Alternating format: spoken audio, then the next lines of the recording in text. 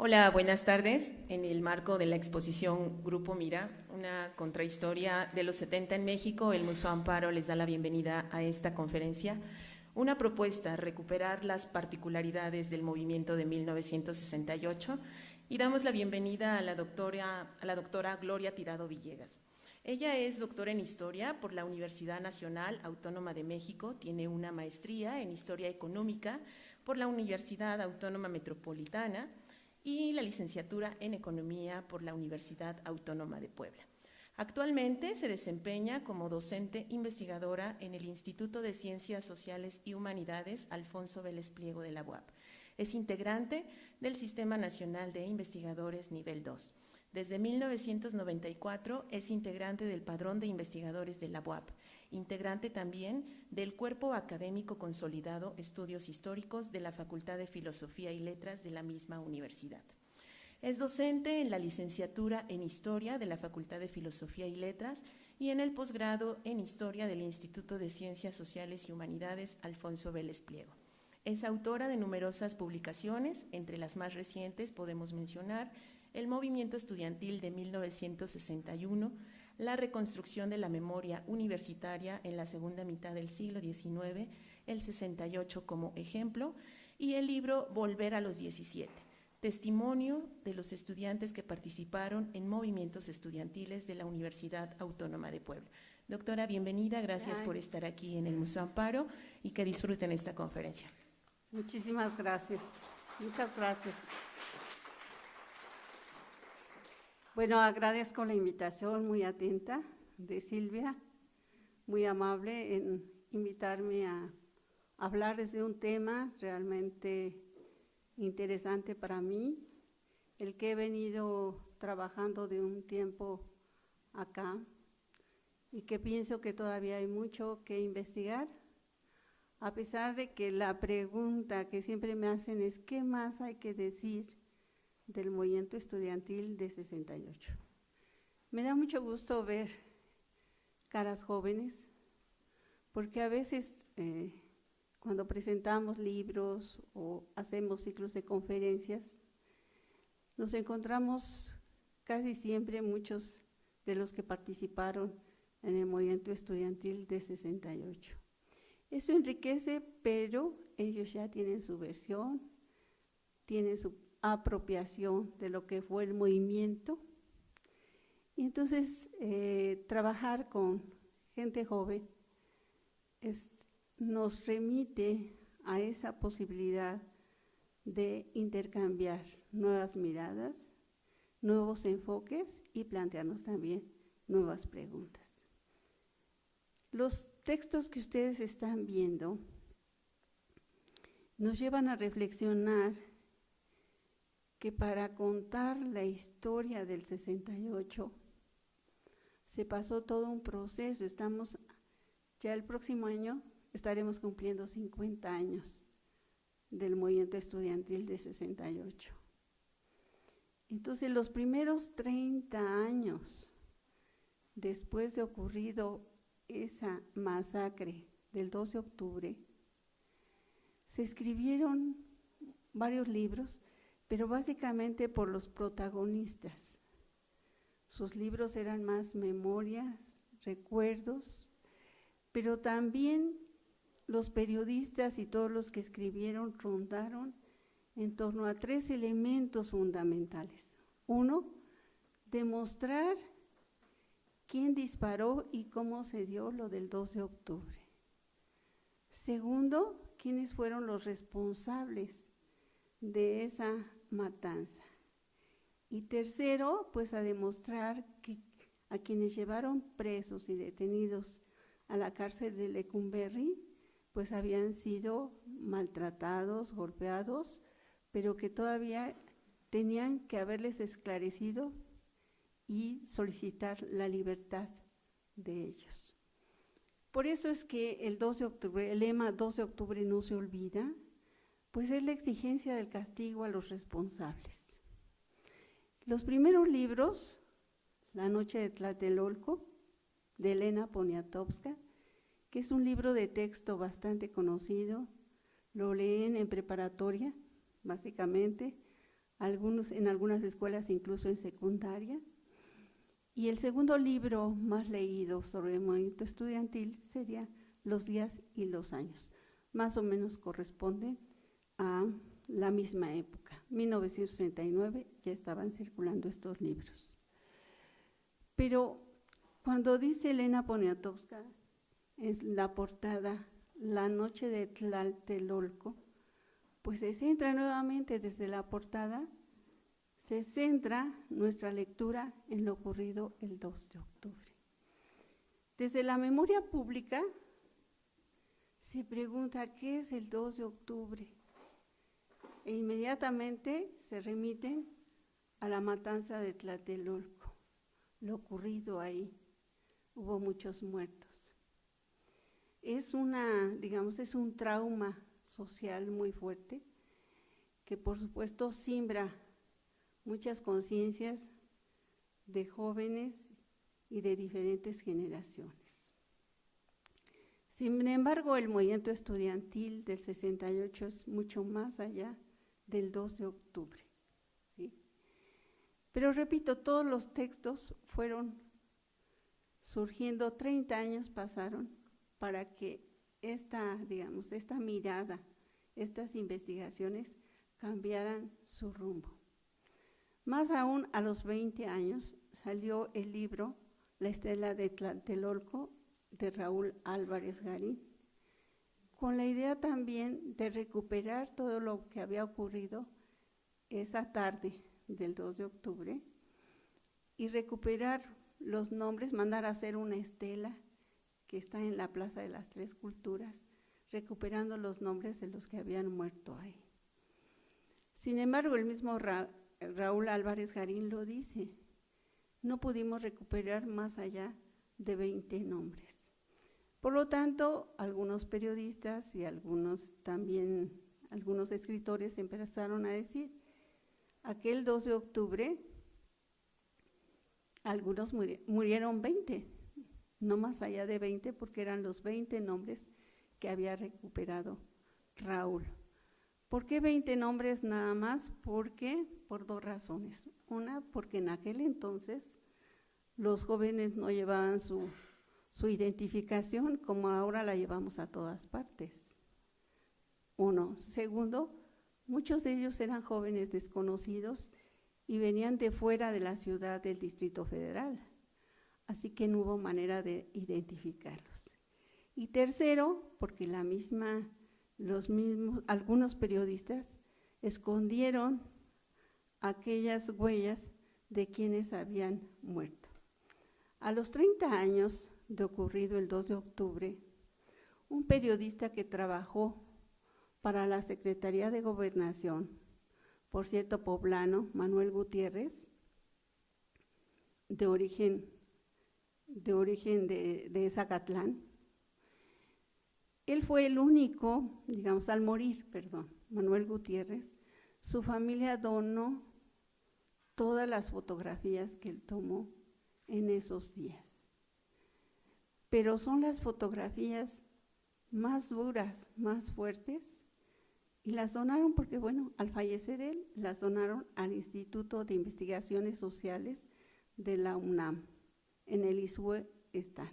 Son 2,700 fotografías.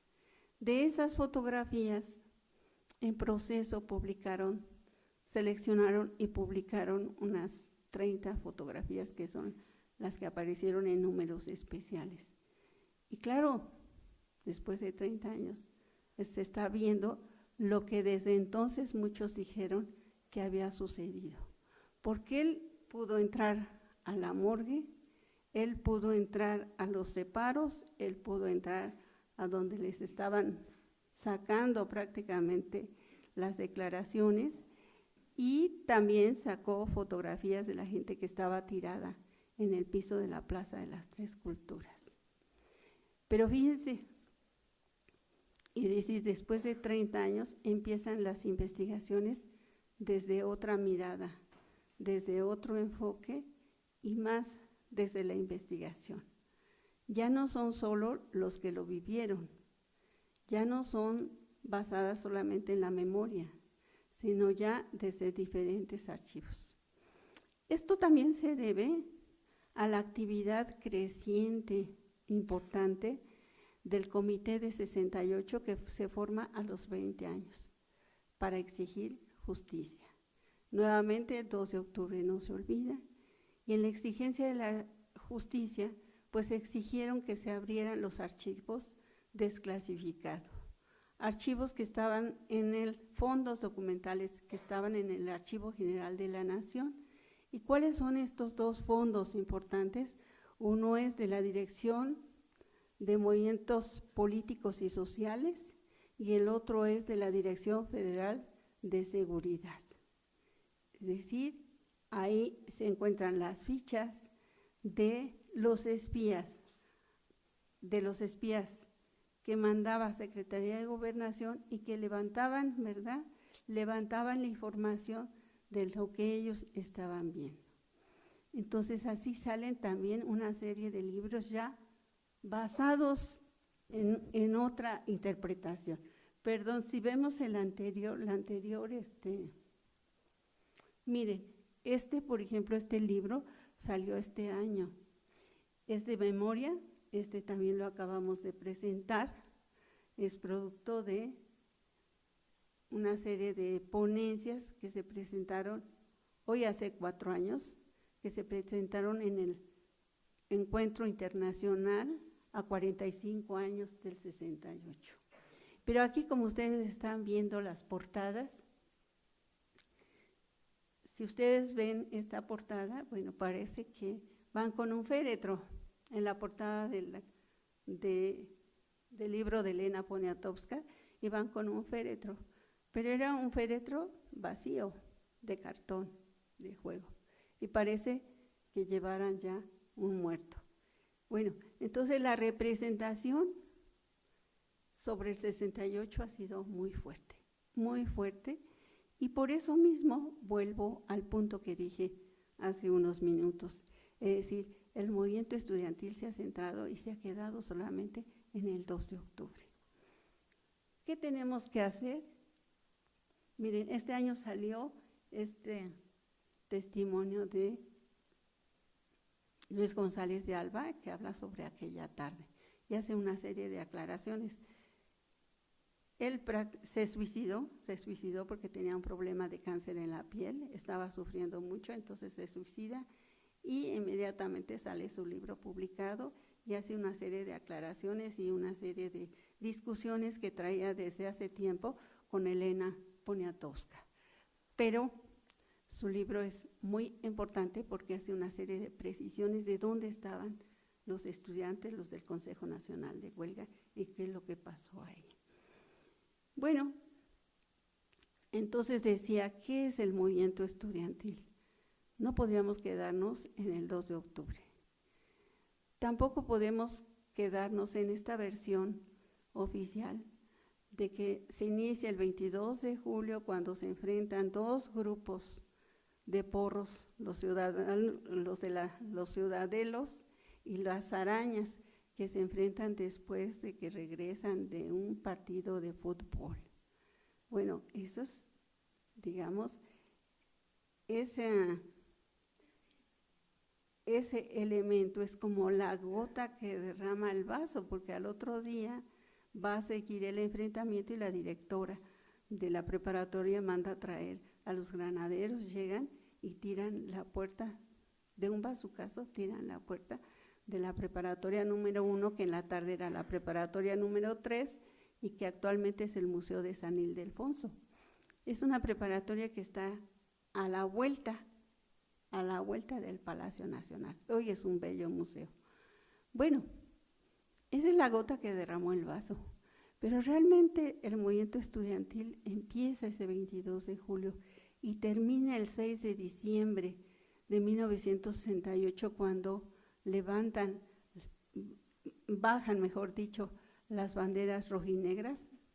No podemos verlo así, porque el movimiento estudiantil fue todo un proceso durante toda la década de los años 60.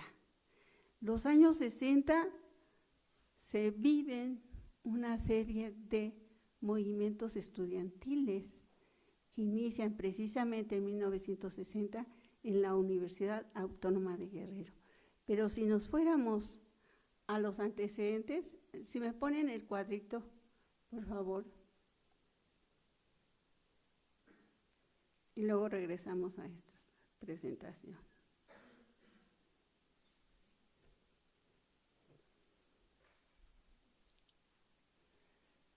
Pero si nos fuéramos a los antecedentes de los movimientos estudiantiles, podríamos empezar con el movimiento estudiantil de 1956, que estalla en el Instituto Politécnico Nacional. ¿Qué querían los estudiantes? ¿Qué era el Politécnico Nacional en aquel entonces? El Politécnico Nacional tenía un internado. Ahí lo dejan tantito. El Politécnico Nacional tenía un internado y los estudiantes se movilizan para pedir que ese internado no desapareciera. Porque estamos hablando que en los años 60 y el 56 y 60 es todo un proceso. La mayoría de los estudiantes iban a la Ciudad de México para cursar estudios superiores. Nuestra Universidad Autónoma de Puebla se hablaba ya de que se estaba masificando. Pero fíjense, en 68 apenas entraban 11,000 estudiantes y no cabían en la universidad, cuando en la Universidad Nacional Autónoma de México había 100,000 estudiantes. Las diferencias son abismales. Los jóvenes se iban a la Ciudad de México a estudiar y los que iban al Instituto Politécnico Nacional pues eran las carreras técnicas y tenía muy buena fama el Politécnico Nacional, pero por eso requerían el internado. Entonces hacen una huelga, estallan una huelga,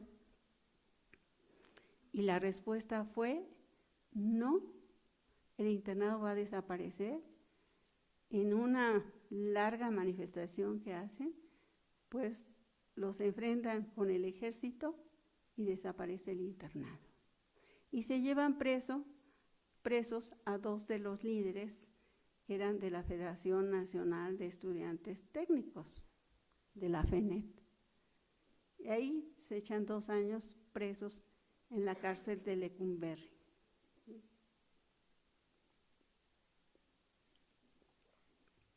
¿Qué pasa con esto? Pues que va quedando una memoria colectiva. En la memoria colectiva va quedando también esta represión tan fuerte que sufren los politécnicos. Y en 58-59 se dan 2 movimientos importantes. En el 58, el movimiento magisterial, que también fue reprimido fuertemente. Y en 58 también estalla un movimiento ferrocarrilero, que es seguido de, son 3 huelgas las que estallan, 2 en 58 y 1 en 59. Y también es fuertemente reprimido. Se los llevan a la cárcel, se llevan a la cárcel a varios personajes, pero 2 líderes son los más conocidos y son los más mencionados, pero entran varios en la cárcel. Y entran Demetrio Vallejo y Valentín Campa. Esos líderes ferrocarrileros pasaron 11 años, 4 meses en la cárcel de Lecumberri y luego terminaron en la cárcel de Santa Marta Catitla. Segundo, desde 1950 se da una manifestación, una lucha, un movimiento en la Universidad Autónoma de Guerrero. Era la Universidad de Guerrero. ¿Qué querían los estudiantes? Querían la autonomía. Entonces, y claro, como el gobernador se opone a que se dé esta modificación en la ley orgánica de la universidad, los estudiantes piden la salida del gobernador. ¿Qué hace el gobernador? Pues mandar al ejército y también aprenden a estudiantes y profesores de la Universidad de Guerrero. Un año después ya es nombrada Universidad Autónoma de Guerrero. 1961 se da aquí un movimiento estudiantil en nuestra Universidad Autónoma de Puebla que dura 3 años, fíjense. ¿Qué está ahí que querían ellos? Pues son 2 grupos que se enfrentan. Un grupo de los liberales que querían la universidad laica y gratuita, ¿verdad? Por una autonomía de hecho, porque había un consejo de honor, y el otro grupo formado por los conservadores del Frente Universitario Anticomunista. Los enfrentamientos fueron duros, no me voy a detener eso porque llevaría una sola conferencia a hablar de este movimiento. Pero luego en 1963 estalla en la Universidad Nicolaita, estalla también un movimiento que lleva a la rectoría al doctor Eli de Gortari. Bueno, la que sigue, por favor. Que sigue. Ajá. Luego en 64 también hay un movimiento aquí, estudiantil popular, que se le conoce como el movimiento de los lecheros, porque el gobernador quería que los lecheros, había en aquel entonces, fíjense, lo que nos remite a un espacio y un tiempo bien diferente al que ustedes vivieron. En aquel entonces, la ciudad de Puebla estaba rodeada de muchos ranchos. Y por lo tanto, los lecheros llegaban a las casas a vender la leche en su bicicleta o en sus camionetas. Y de repente el gobernador dijo, la leche va a ser pasteurizada. Entonces se iban a quedar sin trabajo muchos lecheros. Y vienen y hablan con estudiantes, vienen a la universidad, hablan con los estudiantes y los estudiantes les dan todo el apoyo y se inicia el movimiento conocido como el de los lecheros, el movimiento estudiantil y popular, que termina con la salida del gobernador. Bueno, eso también causa otro tipo de problemas, ¿verdad? Porque no sería el único gobernador en caer en esta ciudad. Bueno, en 1965 también se da un movimiento, el movimiento médico en la Ciudad de México. ¿Por qué? Porque ya estaba el Instituto Mexicano del Seguro Social, estaba la Secretaría de Salubridad y Asistencia, el Hospital 20 de Noviembre.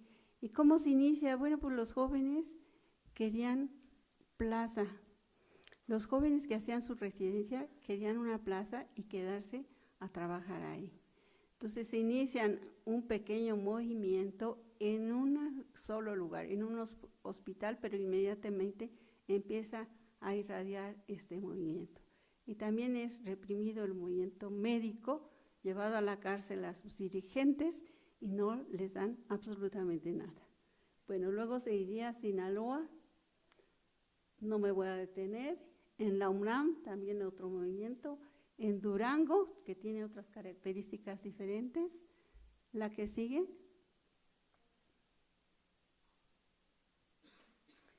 En 1967, en la Universidad Autónoma de Sonora, también luchan por las modificaciones a la ley orgánica y cambios en los programas de estudio.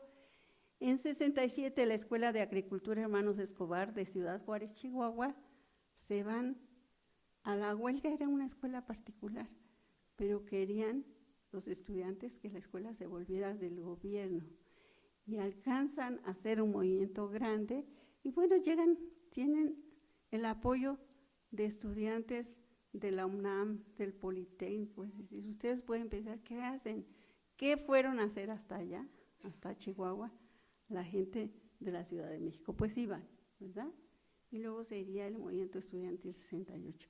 Si lo vemos en un panorama así amplio, podemos decir, no fue el 22 de julio cuando inicia este movimiento, sino había todas las condiciones objetivas y subjetivas para que se diera un movimiento a nivel nacional como estalló en ese 68.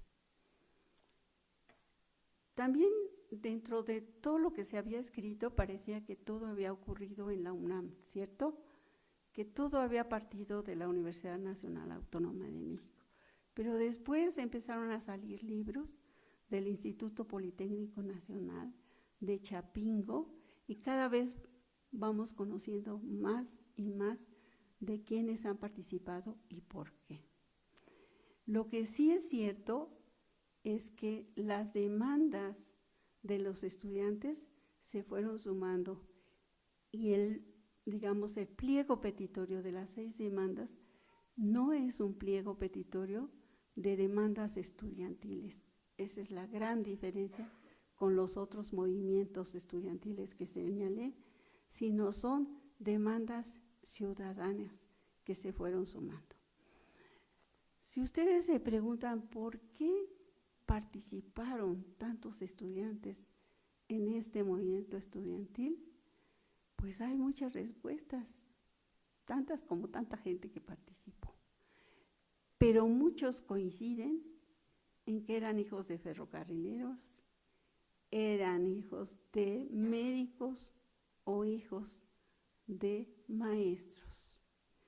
Entonces, ¿qué fue pasando a lo largo de este tiempo? Pues hay una memoria presente que es la represión que se da a estos movimientos y gente que se quedó sin trabajo. Nada más el movimiento ferrocarrilero se dice que quedaron 9,000 personas sin trabajo de un día para otro. Claro, otros jóvenes se fueron agregando durante el movimiento, pero un punto central a favor del movimiento es que el día 23 de junio, cuando se da el bazucazo a la preparatoria de San Ildefonso, ese día bastó para decir es una violación a la autonomía.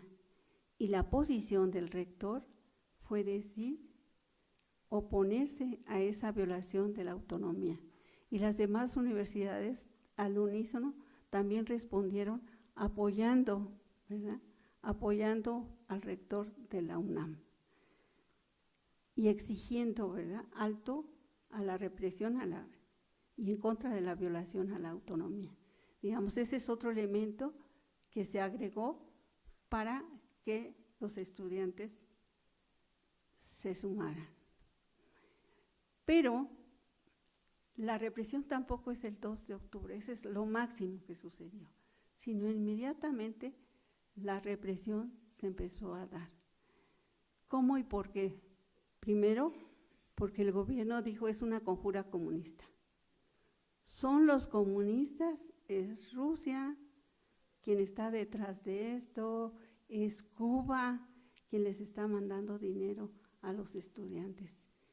Y hay una conjura, porque hay todo un ambiente de la Guerra Fría por la cual permea no solamente en la cabeza de las autoridades o del presidente, de los senadores, de los diputados, sino también permea en mucha gente de la población, que cree en lo que dice la prensa, que cree en lo que dice el noticiero, en aquel entonces de Jacobo Zabludovsky, que se llamaba 24 horas, y que todo el mundo veía en la noche.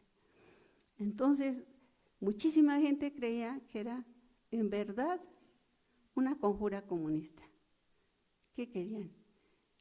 Lo segundo que hizo el gobierno es aprender a los comunistas para mostrar, miren, es una conjura comunista, aquí están los comunistas. La oficina del Partido Comunista fue allanada y mostraron la propaganda del Partido Comunista, de la hoz y el martillo, de la bandera roja con la hoz y el martillo, y ahí están, ¿no? Entonces, esta hipótesis de la conjura comunista la mantuvo todo el tiempo y todos los que fueron apresando. Fueron seleccionando a quienes llevarse. Para entonces sí había muchos comunistas. ¿Por qué? Primero porque la Revolución Cubana había causado muchas inquietudes en los jóvenes. O se era una cosa, o se era de derecha, o se era de izquierda. La polarización era tal, el ambiente así se fue dando. Segundo, bueno, la Revolución China ya se había dado. Entonces, los jóvenes iban a la Embajada de China a pedir información, folletería, pasaban películas de la Embajada de China, hacían clubs, etcétera, vengan a conocer qué es lo que se está haciendo, qué es la revolución cultural, etcétera. Y luego también la intervención de Estados Unidos en los países, sobre todo en Vietnam, eso causó muchas inquietudes. Por eso es que el ambiente se fue polarizando, se fue tensando. Y en las manifestaciones, cuando ustedes vean los documentales, hay documentales donde van a ver que ellos llevan sus grandes mantas o pancartas donde está la imagen del Che Guevara, la imagen de Ho Chi Minh, la imagen de Mao Zedong o aún la imagen de Fidel Castro. Porque además, no olvidemos que en 1967 fue asesinado el Che Guevara, se convierte en un ícono, ¿sí?, revolucionario. Entonces muchos jóvenes querían seguir esos pasos, pero no es que estuviera la conjura comunista, es que muchos se habían convertido convenciéndose, concientizándose que o se era de un lado o se era del otro. Y se inicia un movimiento contracultural muy interesante. Es decir, si el gobierno dice esto, nosotros denunciamos al gobierno y decimos esto. Y eso lo logran a través de la organización de brigadas que salen a informar, o mejor dicho, a desinformar lo que decía el gobierno. Y se iban a diferentes lugares y tomaban camiones y llegaban a diferentes lugares para dar información sobre lo que estaba ocurriendo. De tal manera que la población también empieza a responder positivamente. No todas las manifestaciones fueron reprimidas. Y les digo, una de ellas, la del 13 de septiembre, que encabeza el rector Barrios Sierra, que va hasta adelante el rector y las autoridades y los maestros, esa manifestación no fue reprimida. Por el contrario, les echaron muchos, se ven los documentales que les echan mucho confeti, les gritan vítores, se emocionan. Y hay un grupo que va de la Universidad Autónoma de Puebla, que lleva una gran manta y que dice: Gustavo Díaz Ordaz, tu alma mater te repudia. Y entonces los testimonios son de que bravo, bravo, o sea, la gente se emocionaba y les aplaudía mucho a los de la Universidad Autónoma de Puebla. Entonces, lograr estas reacciones en la población fue una tarea a la que se dieron cuenta sobre todo los brigadistas, salir. Y en ese proceso de las brigadas se empezó a gestar algo interesante, que la participación de las mujeres. Porque déjenme decirles que en todo lo que se había hablado sobre 68 hasta los 30 años, parecía que las mujeres no habían participado. Parecía que todos los que estaban en la cárcel habían sido hombres. Y en Santa Marta, Catitla, había varias mujeres que estuvieron presas. Entonces, ¿cómo se dio esta participación de las mujeres? Creo que el 68 es el parteaguas para que muchas mujeres participaran. Porque ¿qué eran las instituciones de educación superior? Hoy vemos muchas mujeres en todas partes, pero en 68 el número de mujeres que estudiaban educación superior era mínima. En la UNAM, que era muy grande, el 25% eran mujeres. En nuestra universidad, el 17% eran estudiantes, mujeres. Entonces, ¿por qué? Porque las mujeres apenas iban llegando a estudiar educación superior. Estaban las carreras de enseñanza media, las carreras cortas, en donde tenían cabida la mayoría de las mujeres. Entonces, si algo se descubre en este transcurso del movimiento estudiantil es precisamente la voz y la actuación de muchísimas mujeres. No se diga los hombres de por sí lo tenían, ¿no?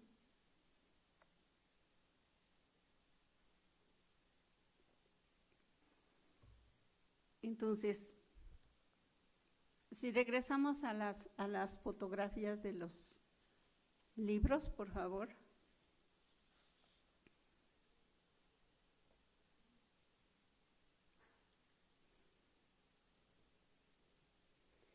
Bueno, miren, hay libros que salieron con muchos testimonios, que podemos ver que recuperó todos los testimonios, crónicas.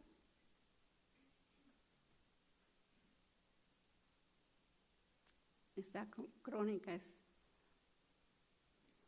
la de Elena Poniatowska, que ya he señalado.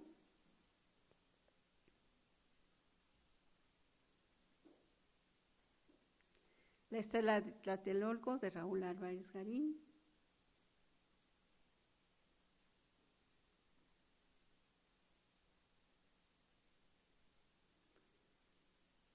Aquí intervienen también varios participantes del 68 en este libro que coordinó Silvia González Marín, y el espionaje, todos los documentos de la Dirección Federal de Seguridad, es de los primeros que salieron cuando se pudieron revisar estos documentos. Bueno, es de mi autoría.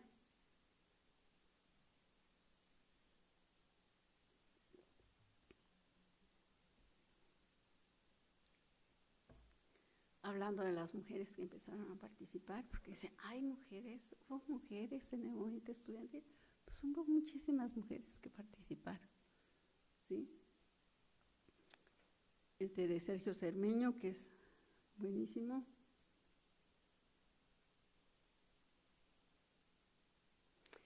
Y este que analiza la fotografía y analiza las fotografías que regalaron los familiares de el Mariachito, el fotógrafo que les digo que entró a todos los lugares donde los demás fotógrafos no entraron. Bueno, este también es una entrevista a Marcelino García Barragán. Es muy interesante también este libro, que se llama Jinetes de Tlatelolco. Está hecho por Juan Vélez Díaz, un periodista, que nos da, y por supuesto, un gran trabajo de investigación del doctor José René Rivas Ontiveros, y que salió este año, de José David Vega Becerra, que fue el último orador el 2 de octubre, y que precisamente no terminó de decir su versión, de leer lo que llevaba escrito cuando empezó el tiroteo, ¿no? Entonces, 20 años después, se rememora ese 2 de octubre y es cuando él termina de leer el escrito que llevaba en el 68. Muy bien. Un elemento más que debemos retomar es que en aquellos años las organizaciones nacionales, las organizaciones estudiantiles nacionales, eran muy grandes y con mucho poder. Por parte del Instituto Politécnico Nacional, que agrupaba a todas las vocacionales y prevocacionales que estaban en el país, existía la Federación Nacional de Estudiantes Técnicos. Y en Morelia se organiza la Central Nacional de Estudiantes Democráticos, una organización que va a luchar contra esta Federación Nacional que se fue haciendo oficialista, que les pagaban todo, que tenían absolutamente todo. Entonces, la lucha entre estas organizaciones también va a atravesar todos estos movimientos estudiantiles. Y hay otra federación, la Federación Nacional de Estudiantes Campesinos y Socialistas de México, que es de las estudiantes normalistas. Y esta federación en 61, por ejemplo, es dirigida por Lucio Cabañas. Entonces es otro elemento que va atravesando estos movimientos estudiantiles y que exigen otro curso. Entonces, 68 es un movimiento estudiantil que lucha por las libertades democráticas. Para muchos, 68 tuvo que ver ya con la reforma democrática que se da en 88.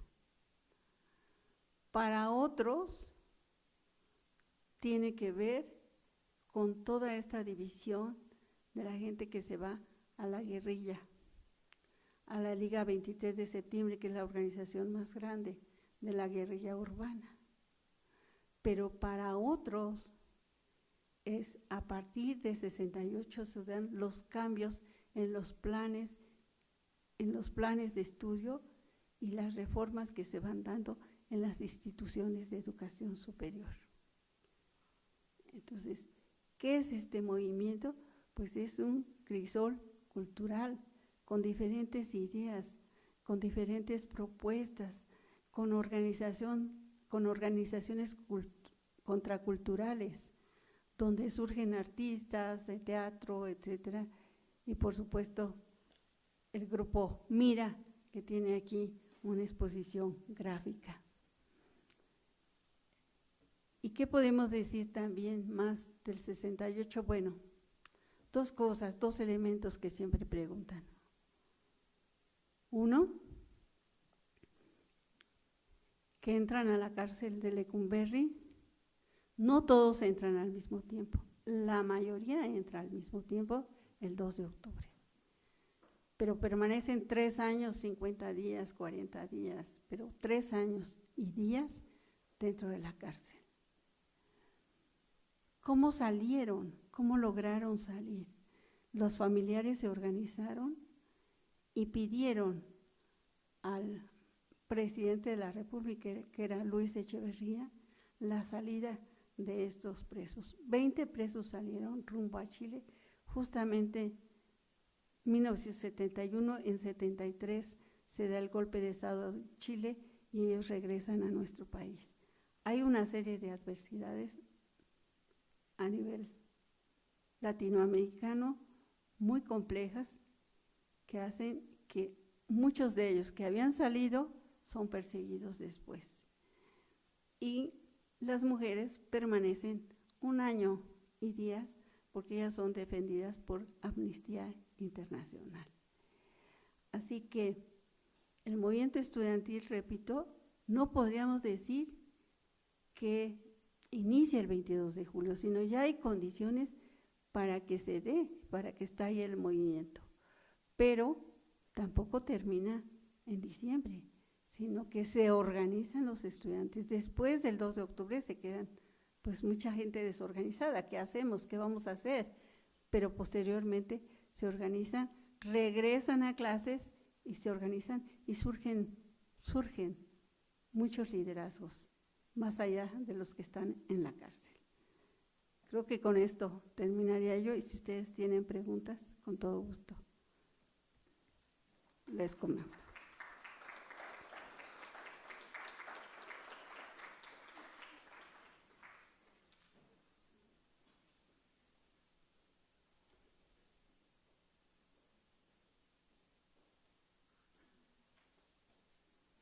Sí, hay. Buenas tardes, muchas gracias. ¿Pudiera ahondar un poquito más en la parte artística de esta expresión que permite que ahora conozcamos un poquito más de la situación, tal vez no tanto del lado político, sino de la parte artística? Gracias. Sí, cómo no. ¿Alguna otra pregunta? Y la enlazamos aquí.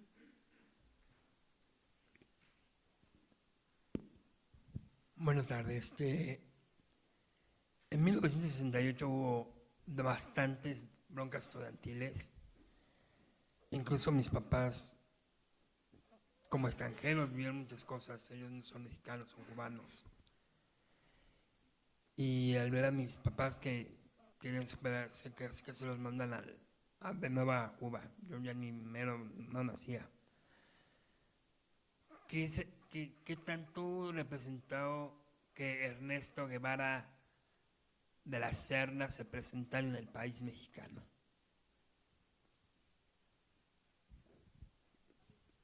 ¿Sí? Sí. Prácticamente me voy a enfocar o quisiera que nos comentara un poquito más sobre el acervo fotográfico. ¿Qué pasa con el actual? O sea, sabemos por lo que acaba de comentar que solo un porcentaje mínimo es el que se conoce. ¿Hay acceso a este archivo y dónde se puede consultar? Sí, muy bien. Bueno, hay varios acervos fotográficos, pero bueno, voy por partes, ¿verdad? La parte artística, yo creo que es cuando más creatividad hubo.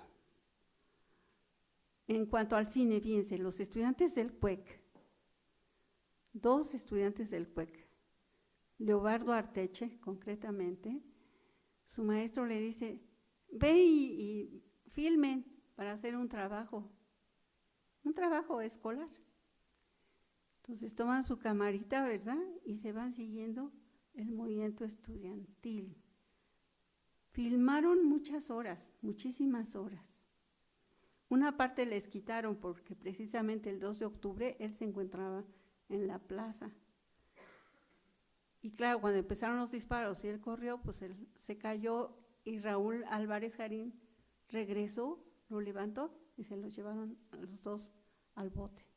Pero todas las demás manifestaciones fueron grabadas por estos estudiantes. Y ahí tienen la película, una película sin duda es una fuente que se llama El Grito y que se puede ver. Mucho más completa y muy entendible porque se ven todas las manifestaciones. Han utilizado, de esta película, El Grito, la han utilizado para hacer varios documentales. Si ustedes ven un documental, las claves de Tlatelolco, ahí van a ver fragmentos de las manifestaciones de esta película del Grito. ¿Qué hicieron ellos? Pues iban en su cochecito y pusieron la cámara y iban siguiendo el movimiento estudiantil, pero ellos siguen el movimiento estudiantil, ¿sí? Ahora, en cuanto a la gráfica, pues aquí el grupo Mira de la Escuela de Artes se dieron a la tarea de hacer todas estas pancartas, no son pancartas, bueno, todos estos materiales que incluso están expuestos aquí. Pero como ellos también de teatro, muchos jóvenes en teatro, organizaron, hay un maestro que se llama Felipe Galván, que trabaja en la Universidad Autónoma de Puebla, que se ha encargado de recopilar todas las obras de teatro sobre 68. Y bueno, yo creo que nunca como entonces la parte artística se desarrolló. Y eso se le llama contracultura. Pero, digamos, se fomentó mucho. Y en segundo lugar, que me preguntan sobre el Che Guevara, pues el Che Guevara es un ícono extraordinario. Ya lo eran en 61, por ejemplo. ¿Por qué? Porque estuvieron en México. Todos los que hicieron el asalto para la Revolución Cubana, pues estuvieron aquí en México y conocieron a muchos estudiantes, eran conocidos. Fidel Castro era muy conocido. Y se reunían en diferentes lugares y fueron a ver a gente de dinero, en fin. Entonces, hay mucho sobre ellos. Pero claro, cuando lo matan en 67, pues se vuelve un ícono. Se reproduce mucho esta fotografía que conocemos y que está pues en todos los carteles y es muy querido. La Revolución Cubana, ahorita, si hablamos de la Revolución Cubana, en 1960, el movimiento estudiantil de 1961,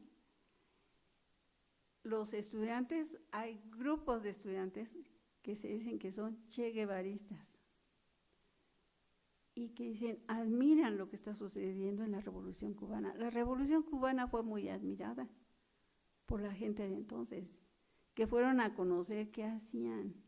Rius, un caricaturista muy conocido que falleció en este año, pues se fue y escribía y mandaba sus escritos. La revista Política está llena de artículos donde dice qué está pasando en Cuba. Y cuando se da la invasión de Estados Unidos en Playa Girón, inmediatamente se enteran los estudiantes acá, con sus radios de onda corta, de que Estados Unidos había querido invadir a Cuba, en Bahía de Cochinos, perdón. Se organizan y hacen la primera manifestación que sale el 17 de abril de 1961. E inmediatamente los estudiantes del Frente Universitario Anticomunista pues los empiezan a tildar, son comunistas, ¿no? Y sacan con un lema que dice, cristianismo sí, comunismo no. Entonces, es un movimiento muy interesante, muy polarizado, se organizan. Pero obviamente hay mucha admiración a lo que está sucediendo en Cuba. ¿Y qué escriben varios de los que están allá? Bueno, ¿qué escriben? Pues escriben también, les admira que las jovencitas de 14, 15 años están armadas, están vestidas con sus trajes verde olivo para defender a su país, ¿no? A la isla. Y las describen como muy guapas, bueno, les echan muchísimas flores y yo digo, bueno, estaban enamorados de la Revolución Cubana, pero también de las cubanas, porque hablan mucho de las cubanas, ¿no? Entonces hay, digamos, este discurso que está presente, estas ideas, estas admiraciones, este romanticismo, que muchos jóvenes querían ser revolucionarios, ¿sí? A la postre decimos, bueno, porque tenemos otra lectura de lo que fue pasando con Cuba, ¿verdad? Pero en aquel entonces no se tenía esa lectura. Entonces, cuando muere el Che Guevara, pues es un personaje súper admirado, ya lo era, pero pasa a ser ese ícono, ¿sí? Y se habla mucho del Che Guevara, se habla, ¿qué es él? Se mitifica, se vuelve un mito también el Che Guevara. Se discute mucho incluso cómo lo mataron, si murió asesinado o murió después, si murió en combate o murió después. Bueno, entonces, desde la Secretaría de Gobernación era penado que eran revisados, ponían así la lista de la gente que salía al extranjero y que iba a Cuba, que iba a Rusia, que iba a China, y entonces salían y luego en los periódicos ustedes pueden encontrar que hay notas que dice, fulanito de tal es un comunista porque regresó de China, así, por el solo hecho de ir a un país socialista. Y bueno, en tercer lugar, los acervos fotográficos, hay varios. El más fuerte, el que ha sido de verdad delicado, no sé si tuviéramos aquí acceso a internet, pero el más fuerte son las fotografías que tomó Manuel Gutiérrez, alias el Mariachito, que les digo que cuando él murió, su familia regaló esas fotografías al Instituto de Investigaciones Sociales de la Universidad, al ISUE de la UNAM. Son 2.700 fotografías. De esas fotografías están siendo catalogadas por una historiadora que se llama Oralia y que va muy avanzada en la catalogación de las fotografías. De esas fotografías, un investigador, Alberto del Castillo, también las analizó en un libro que se llama Historia que pasó aquí, Historia de la fotografía, la fotografía del 68. En ese libro que habla sobre la fotografía del 68, analiza también lo que publicaron otros fotógrafos. Los fotógrafos de la UNAM fotografiaron las manifestaciones, la parte festiva de las manifestaciones. Héctor García, por decirles el nombre de un fotógrafo. pero las fotografías que retrató Manuel Gutiérrez son las más fuertes, cruentas. No tenemos aquí acceso al internet, ¿verdad? Como para ver, ¿sí? Entonces podemos buscar Florencio López Osuna. A ver si podemos entrar para que vean de qué hablo.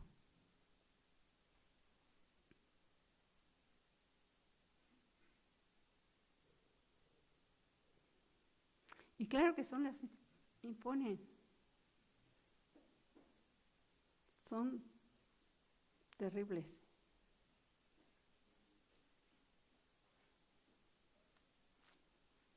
A ver si podemos entrar.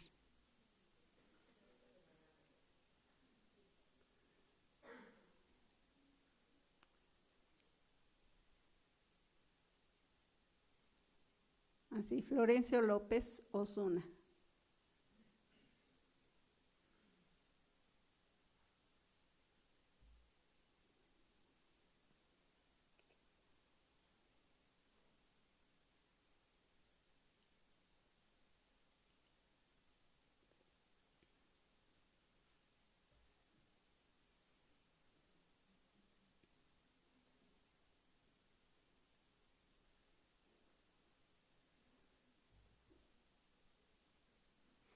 Bueno, mientras lo localizan, quienes han estudiado mucho las fotografías y se han ido a las páginas de Alarma, por ejemplo, Impacto, que tienen esta línea editorial de nota roja. Entonces si le baja, bueno, ahí está. Pero a ver si hay otras, ¿lo ven? Ok. Vean. Porque es el único que tenía acceso, como trabajando para la Secretaría de Gobernación, que podía entrar. Hay otra todavía más fuerte. Bueno, ahí está, Luis González de Alba y Florencio López Osuna, es que está aquí de lentes, que está en medio. Pero ahí, mire, esas fotografías no las podía tomar nadie, porque solamente él tenía permiso para entrar. Permiso directamente de arriba. Ahora, es impactante esta.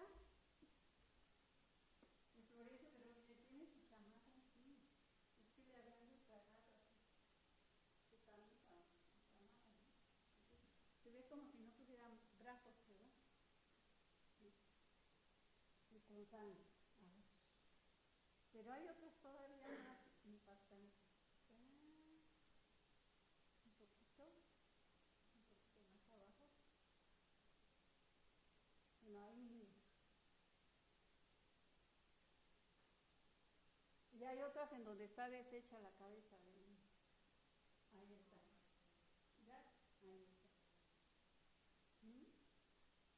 Son impactantes, ¿no? Hay otra miren esta, que está aquí arriba.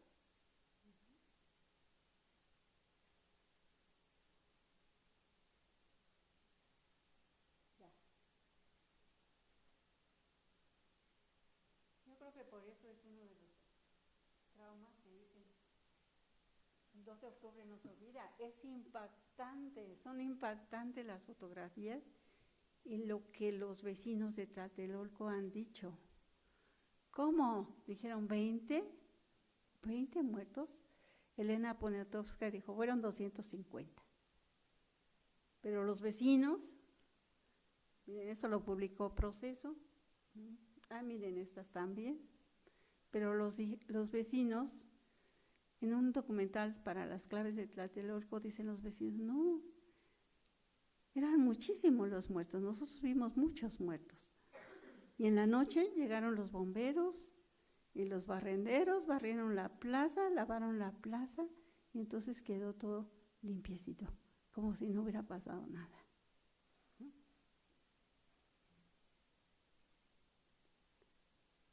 Estas son, Carlos, ¿no? Sí, son impactantes. Bueno, aquí nada más estamos viendo una muestra. Y miren, por ejemplo, esta es buenísima, ¿no? Que se ve el ejército ahí apostado. La plaza fue rodeada.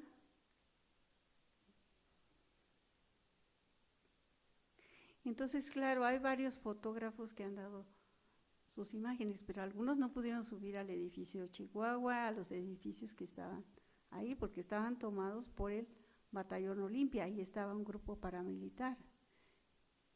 Entonces, por eso no había muchas fotografías así impactantes como estas, para mostrar qué había sucedido, ¿no? Bien.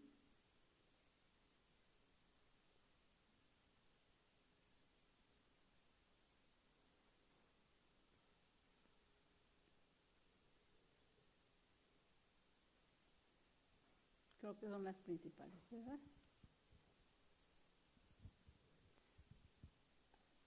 Bueno, ahí.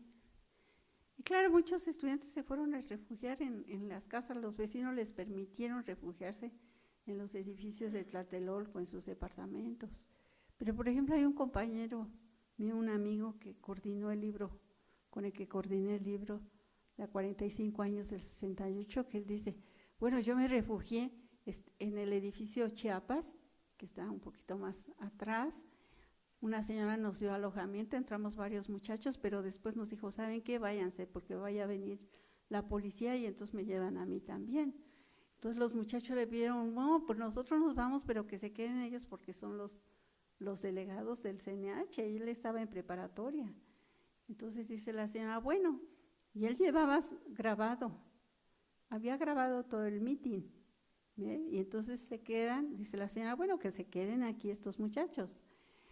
Y después les dice, por favor, se quedan ustedes, pero con la condición de que borren lo que está grabado. Y entonces él borra lo que está grabado y más tarde le dice, ¿sabe qué? Mejor siempre sí se van ustedes dos, porque tenía mucho miedo que llegara la policía o el ejército. Prácticamente ya oían disparos, ¿no? Entonces cuando le dice, pues váyase, entonces ya él se sale todo triste con su amigo, bajan las escaleras y abajo, en el piso de abajo, estaban todos los con los que habían entrado al principio, estaban detenidos y se los llevaron a la cárcel. ¿Ve? Y así pasó con muchos jóvenes. Sí. Buenas tardes. Sí.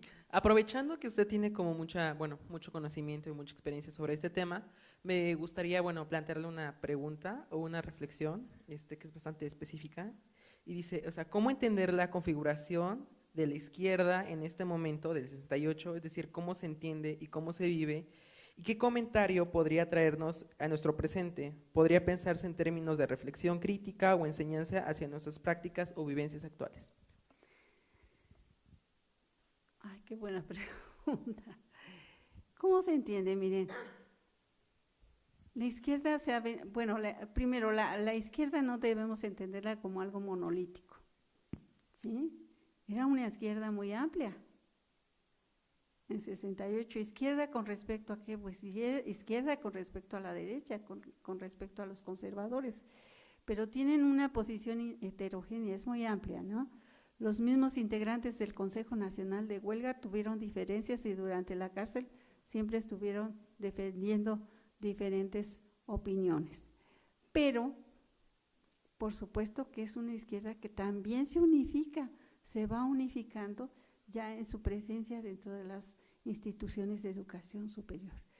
¿Qué ha pasado con la izquierda? Pues se desdibujó, se va desdibujando. Y el 2 de octubre no se olvida, hay momentos en que, miren, cuando llega Fox y dice, primero, cuando llega Zedillo utilizó una fotografía muy simbólica que la reprodujeron, pero a más no poder, ¿no?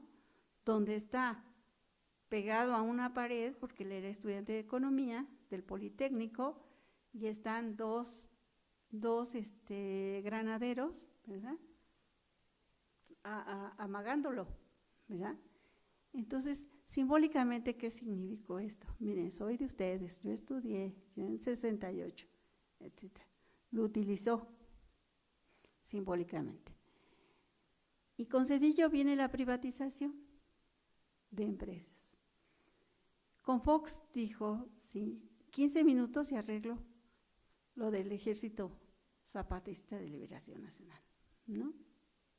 Y entonces, quiero decir que el 2 de octubre de 68 lo han utilizado políticamente de diferentes formas. Entonces, ha servido pues para cuestionar al régimen y ha servido también para acercarse a una izquierda.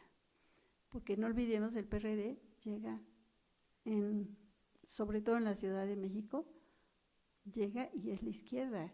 Entonces dicen, bueno, vamos a izar la bandera a media asta el 2 de octubre. Es un acto simbólico importante. El reconocimiento de lo ocurrido ese 2 de octubre. Pero véanlo, años después, y sigue el PRD. ¿Qué pasó? Se difuminó.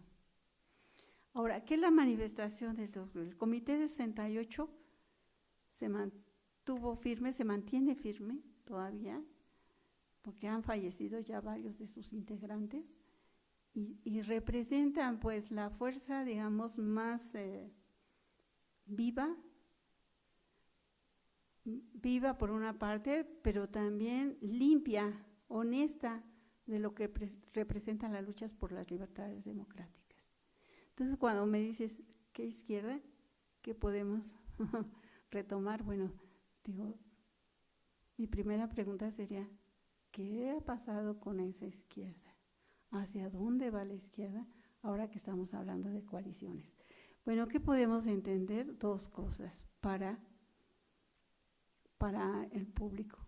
Fue de gran enseñanza, porque también lo que pasó el 2 de octubre, no se olvida, ha sido una gran enseñanza de lo que el gobierno no debe hacer. Pero la violencia de Estado se sigue reproduciendo. Miren, ¿qué pasó en Acteal? ¿Qué pasó con los 43 estudiantes de Ayotzinapa? Entonces hay una violencia de Estado recurrente, pero pues la población lo sabe y se calla, salvo en lugares muy concretos. Por ejemplo, en Guerrero, pues claro, los padres se han organizado y mantienen esta memoria. Y eso es lo que va pasando con todo esto. Sí, maestro. No sé si intente responder. Dos preguntas muy puntuales que van atrás y adelante en el tiempo, en torno al 68. En su intervención, yo creo que de una manera muy atinada, mostraba usted cómo había una genealogía previa al 68 y ahí había una idea que es muy importante que quizás debería, o si quisiera usted, por favor, decir una o dos palabras al respecto.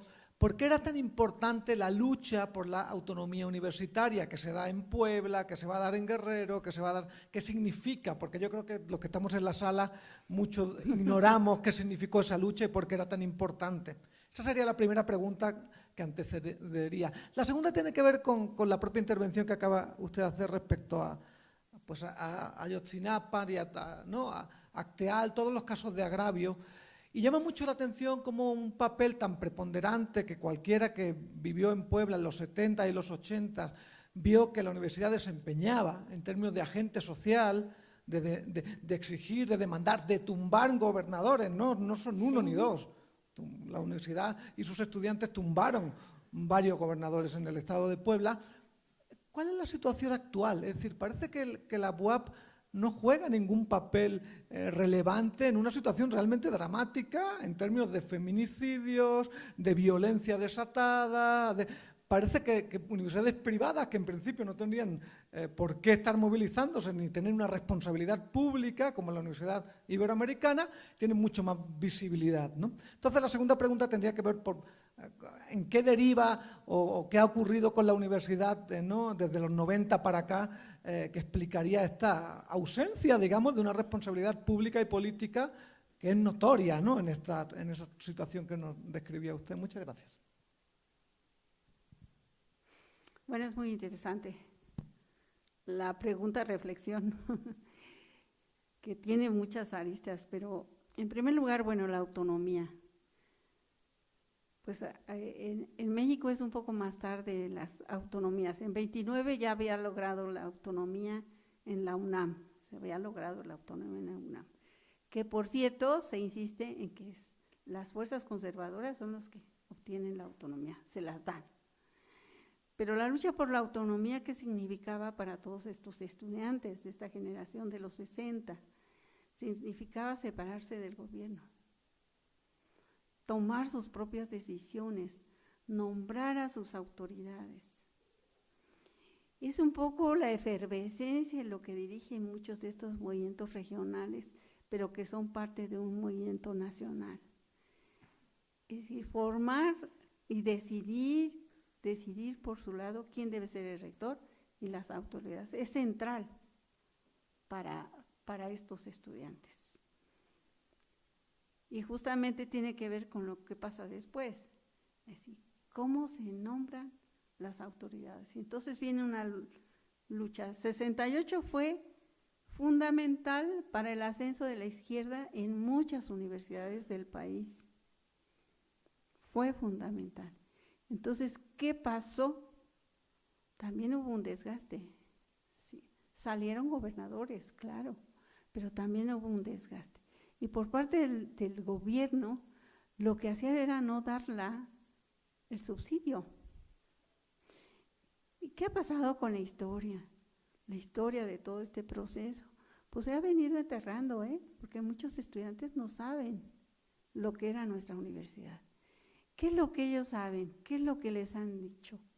Pues que eran una bola de revoltosos, ¿no? Que siempre tomaban la avenida, que no sabían por qué luchaban, etcétera. El mismo discurso de siempre, los rebeldes sin causa, los revoltosos, lo que están dirigidos por países extranjeros con ideas exóticas, etcétera, etcétera, ¿no?